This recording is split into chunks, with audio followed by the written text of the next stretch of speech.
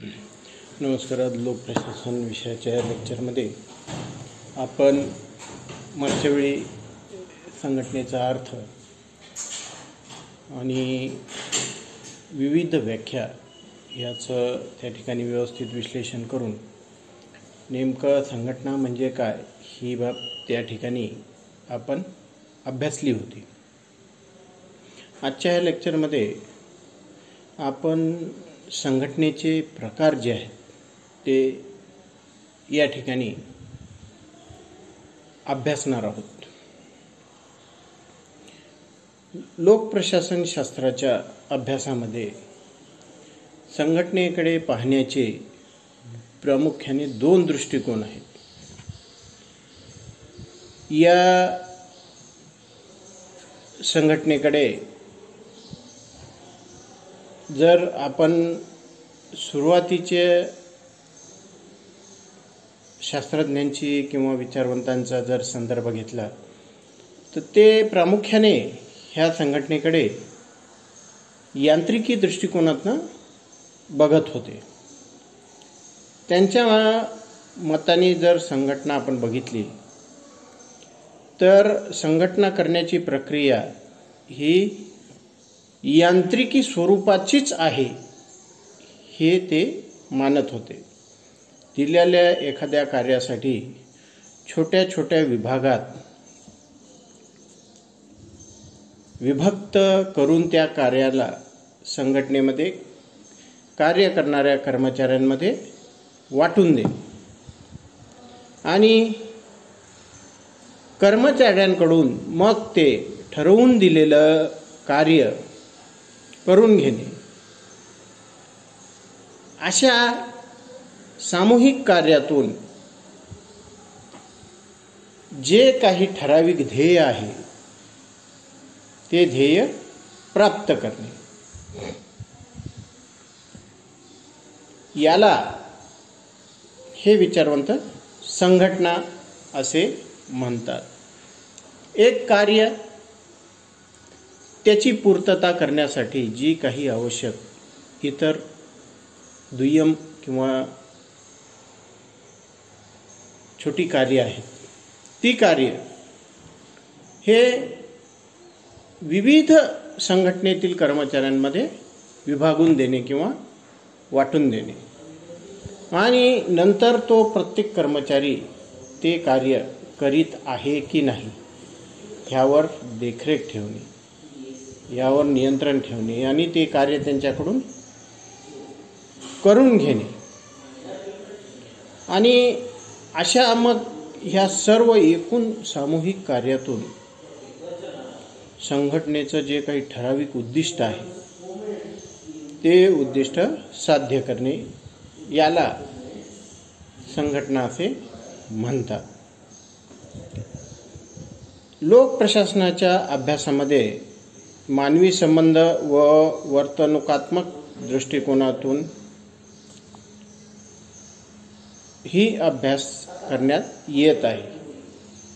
या नवीन दृष्टिकोनामुळे संघटनेच्या अभ्यासामध्ये सुद्धा मोठ्या प्रमाणावर बदल घडून आला आहे.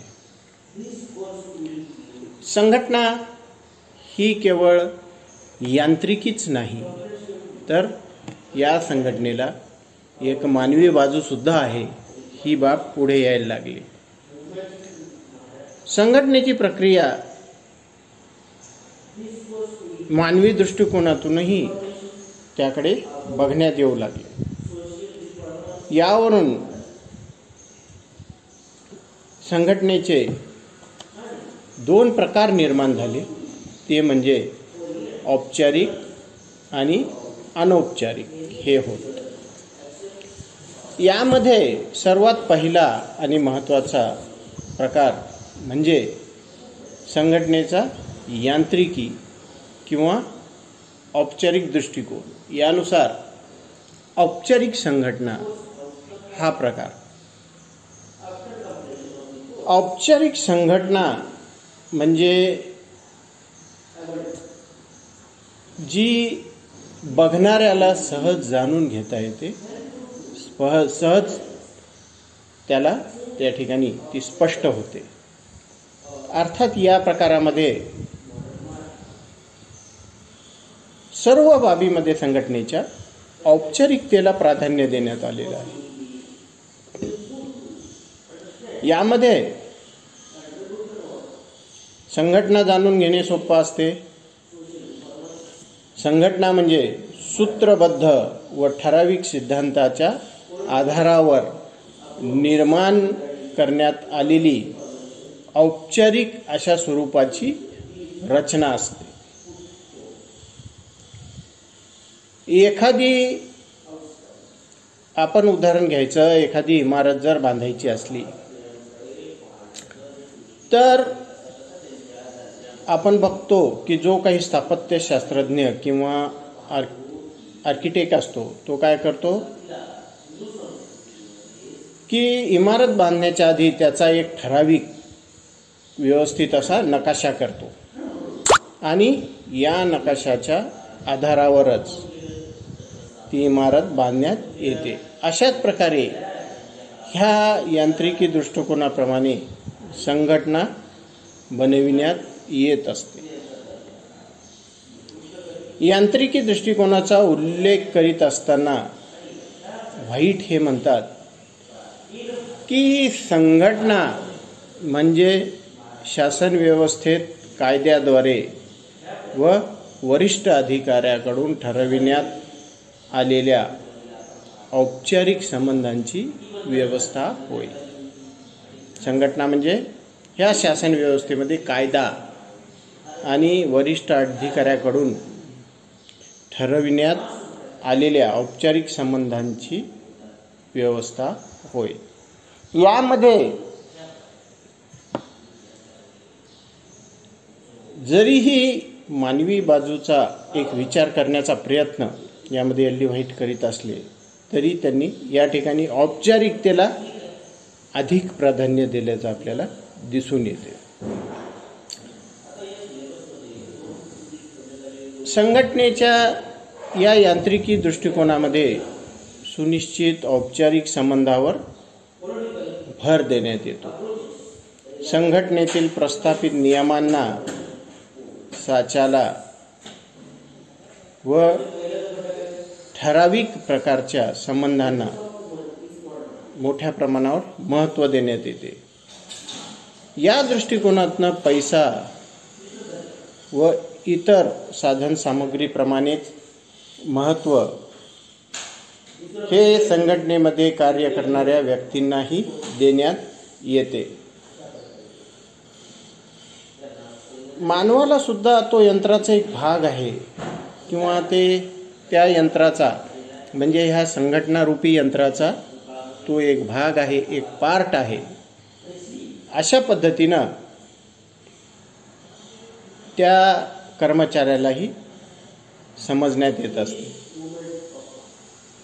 संघटनेविषयीचा यांत्रिक दृष्टिकोन हा काही महत्त्वाच्या अशा गृहीत तत्वांवर आधारलेला आहे. जसं की आपण बघतो की संघटनेमध्ये सर्वमान्य, सर्वव्यापी व शास्त्रशुद्ध असे सिद्धांत असतात. संघटना ही उभारताना त्या संघटनेचा आधार जो असतो हे असे शास्त्रशुद्ध, सर्वव्यापी, सर्वमान्य अशा प्रकारचे सिद्धांत असतात.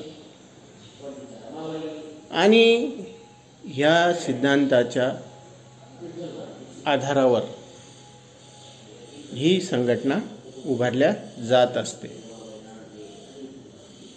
या सिद्धांतांच्या आधारावर कोणतेही कार्य